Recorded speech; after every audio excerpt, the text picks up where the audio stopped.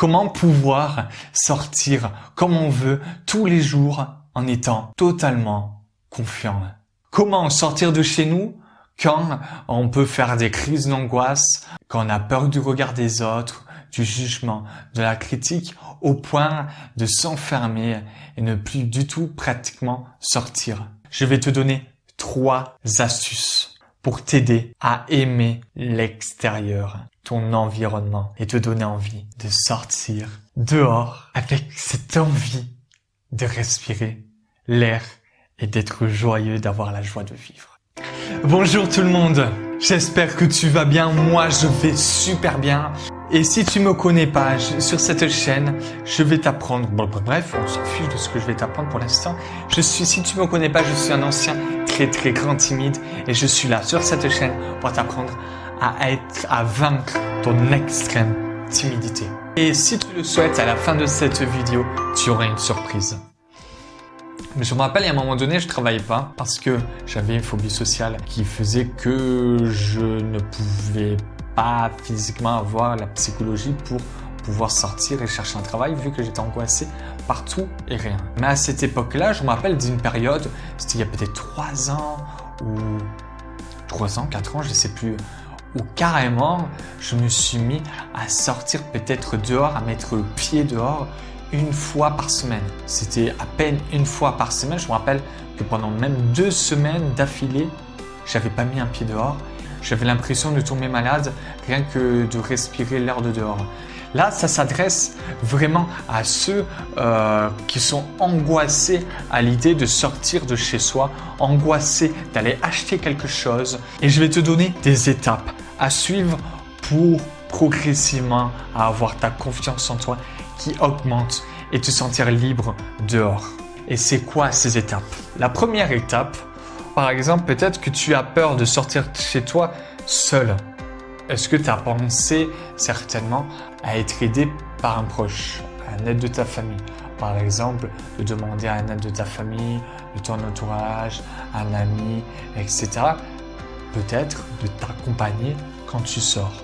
Et si vraiment tu as des difficultés à le faire accompagner, tu peux par exemple te mettre en défi, peut-être d'augmenter déjà une fois dans la semaine une sortie que tu vas planifier peut-être le mercredi, etc. avec quelqu'un de ton entourage, mais que tu vas te fixer l'idée de le faire toutes les semaines. Si toutes les semaines ça te fait rien, de rajouter peut-être 3 fois par semaine. Et si 3 semaines ça te fait quelque chose, que ça te stresse un peu, etc., tu le fais si tu as envie d'avoir plus confiance en toi, et c'est en affrontant que tu vas avoir plus confiance en toi. Attention, cette astuce n'est pas utilisée sur le long terme indéfiniment. Elle n'est pas à utiliser comme remède pour ne plus angoisser. Elle est à utiliser si vraiment seul tu te sens pas du tout capable de respirer et de tenir debout. Après, si la personne te sert pour ne plus du tout être angoissé, ne plus stresser, là, au contraire, c'est nocif. Parce que pour avoir plus confiance en toi, il faut forcément avoir un minimum peur dans les situations que tu effectues souvent. C'est après, au fur et à mesure du temps, que la peur va disparaître. Ensuite, la deuxième astuce sur les 3 astuces, parce qu'après, on va aussi parler de baguette de pain. Mais avant de parler de baguette de pain, on va parler de l'erreur qu'on fait qui nous freine vachement dans notre progression pour avoir plus confiance en nous et finalement baisser l'impact quand on affronte sa peur. Si dans une situation où tu te sens à l'aise, bref, je vais reprendre. La deuxième truc qu'il faut savoir, c'est que souvent, on peut faire cette erreur qui freine notre progression, c'est l'évitement subtil. C'est quoi l'évitement subtil? Je t'ai fait une vidéo sur l'évitement subtil juste en haut, de ce côté-ci ou de ce côté-ci. Je ne sais plus de quel côté l'étiquette s'affiche. Par exemple, si tu te sens très à l'aise dans ta boulangerie préférée où tu vas souvent, c'est pas le cas de tout le monde. Il y a des gens qui peuvent carrément plus rentrer dans une boulangerie. Mais dans l'endroit où tu peux rentrer, que tu as l'habitude, essaie de voir si tu regardes les personnes dans les yeux. Si tu ne regardes pas les personnes dans les yeux, je peux te donner un défi. Tu demandes par exemple baguette de pain, d'essayer, si ça te fait peur, de regarder dans les yeux la personne. Rassure-toi, tout le monde s'en fiche. Quand quelqu'un en général te parle, il regarde dans les yeux. Quand moi je demande une baguette de pain, je ne regarde pas les fesses de la dame. Je ne regarde pas les muscles du mec. La troisième astuce et dernière astuce, c'est quoi? La troisième astuce, c'est de se dire, voilà, pour réussir des grands objectifs, on n'a pas besoin de faire de grandes actions.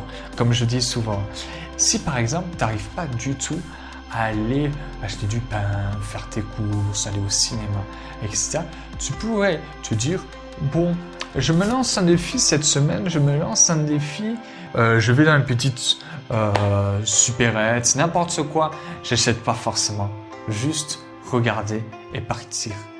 Si ça t'insupporte de rester très longtemps dans le magasin, tu peux rester quelques minutes. Et après, quelques semaines plus tard, rester un peu plus longtemps. Et après, quelques semaines plus tard, revenir. Tu fais ça et tu t'amuses d'avoir un petit peu peur, mais juste en petits pas, en petites actions. Lance-toi un petit défi qui te convient cette semaine pour avoir plus confiance en toi, te sentir libre et vaincre ce qui te bloque en toi, pour développer ton potentiel et être plus libre. Peut-être trouver un travail qui te plaît, peut-être trouver et être entouré de personnes qui te plaisent, sortir, t'amuser, rire, profiter de la vie. Profiter de faire ce que tu as envie, non pas dans une sorte de prison dorée où tu es chez toi, tu te sens bien, mais finalement, peut-être qu'à l'intérieur de toi, tu sens peut-être un petit truc qui te dit « Je me sentirais peut-être mieux, peut-être que c'est plus en accord avec moi-même de sortir dehors. » Mais tu n'y arrives pas, tu te sens très bien chez toi. Je parlais de quoi déjà? Maintenant, si tu le souhaites, c'était la petite surprise pour ceux qui me connaissaient pas. Tu as, si tu veux gérer ton track, un lien en dessous de cette vidéo, dans la description. C'est un lien en direction d'une formation pour t'aider à gérer ton track au quotidien par la méthode du bénéfice, par la méthode de la compréhension et des hacks et des astuces. Célèbre ce que tu es. Célèbre ce que tu es. Ciao.